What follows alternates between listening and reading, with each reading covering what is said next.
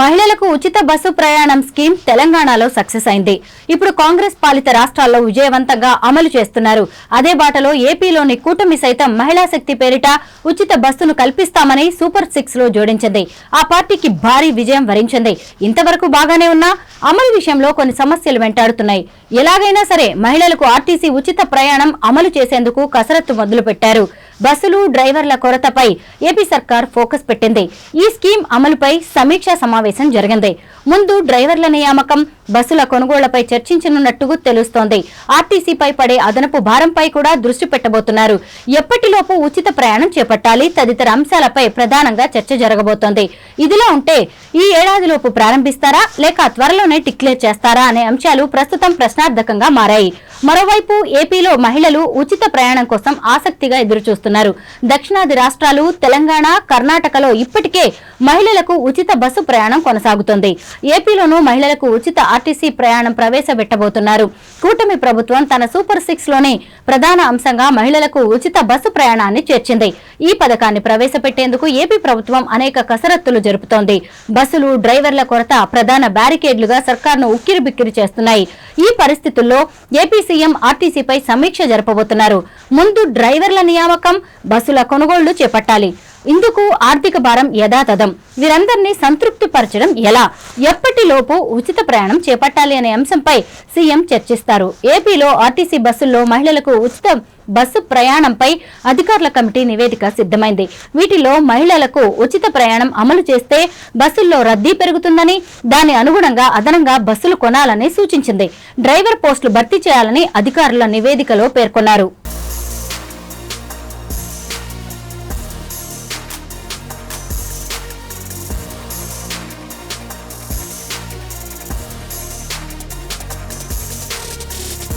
ఇవన్నీ సమకూరాక ఈ పథకం అమలు చేస్తే బాగుంటుందని, లేకపోతే చాలీచాలని బస్సులతో ఇబ్బందులు తప్పవని అధికారులు చెబుతున్నారు. మహిళలకు ఉచిత బస్సు పథకం అమలు చేస్తున్న తెలంగాణ, కర్ణాటక రాష్ట్రాలకు వెళ్లిన అధికారులు అక్కడ ఏ బస్సుల్లో ఉచిత సదుపాయం కల్పిస్తున్నారు, ప్రభుత్వం నుంచి రీఎంబర్స్మెంట్ ఎలా అనే విషయాలపై అధ్యయనం చేశారు. ఏపీఎస్ఆర్టీసీలో నిత్యం సగటున 36 నుంచి 37 లక్షల మంది ప్రయాణిస్తున్నారని, ఇందులో 40% మంది అంటే 15 లక్షల వరకు మహిళలు ఉంటున్నారని నివేదికలో పేర్కొన్నారు. వీరికి ఉచిత ప్రయాణం అమలు చేయాలి. తెలంగాణ గ్రామీణ ప్రాంతాల్లోని పల్లె వెలుగు, అల్ట్రా పల్లె వెలుగు ఎక్స్ప్రెస్ బస్సులు, హైదరాబాద్ నగరంలో తిరిగే సిటీ ఆర్డినరీ, మెట్రో ఎక్స్ప్రెస్లోనూ ఉచిత ప్రయాణం అమలు చేస్తున్నారు.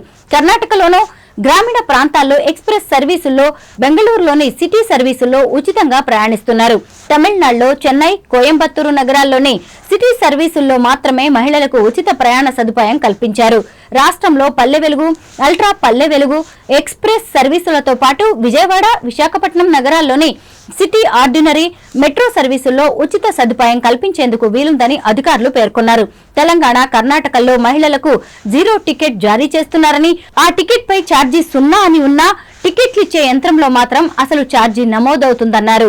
మహిళలకు జారీ చేసిన 0 టికెట్ల మొత్తం విలువను ఆర్టీసీ అధికారులు లెక్కించి రీఎంబర్స్ చేసేందుకు ప్రభుత్వానికి ప్రతిపాదిస్తారు. తెలంగాణ, కర్ణాటకల్లో గతంలో ఆర్టీసీ బస్సుల్లో ఆక్యుపెన్సీ రేషియో 65 నుంచి 70% ఉండగా మహిళలకు ఉచిత ప్రయాణ సదుపాయం కల్పించాక 95%కి చేరిందన్నారు.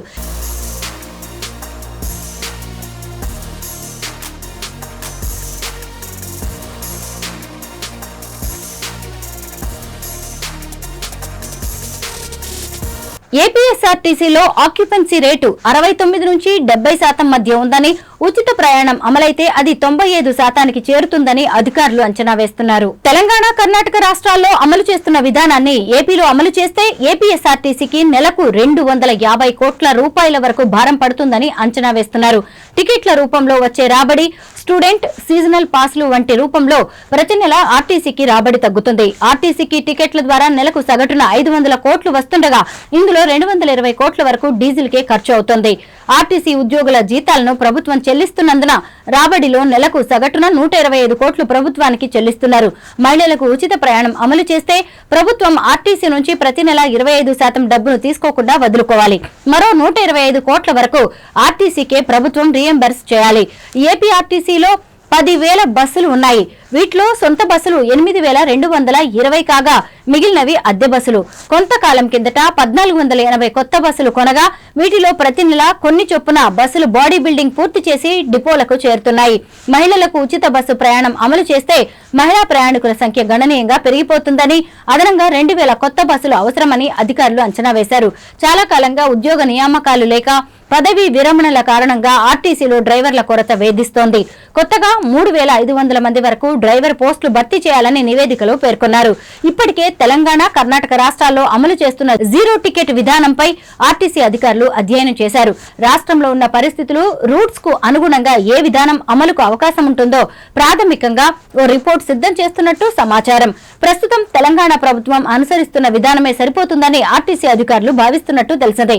రాష్ట్రంలోనూ పల్లె వెలుగు, అల్ట్రా పల్లె వెలుగు ఎక్స్ప్రెస్ సర్వీసులు వివిధ రూట్లలో నడుస్తున్నాయి. విజయవాడ, విశాఖపట్నం నగరాల్లో సిటీ ఆర్డినరీ బస్సులు, మెట్రో ఎక్స్ప్రెస్లు నడుస్తుండగా కొత్త జిల్లాల పరిధిలోపే పరిమితి ఉంటుందా లేదా ఉమ్మడి జిల్లాల పరిధిలో అనుమతిస్తారా అనేది తేలాల్సి ఉంది. తెలంగాణలో మాదిరిగా రాష్ట్రమంతటా ఉచితంగా ప్రయాణానికి అవకాశం ఉంటుందా అనేది కేబినెట్ సమావేశంలో చర్చ ప్రధానంగా జరగబోతోంది.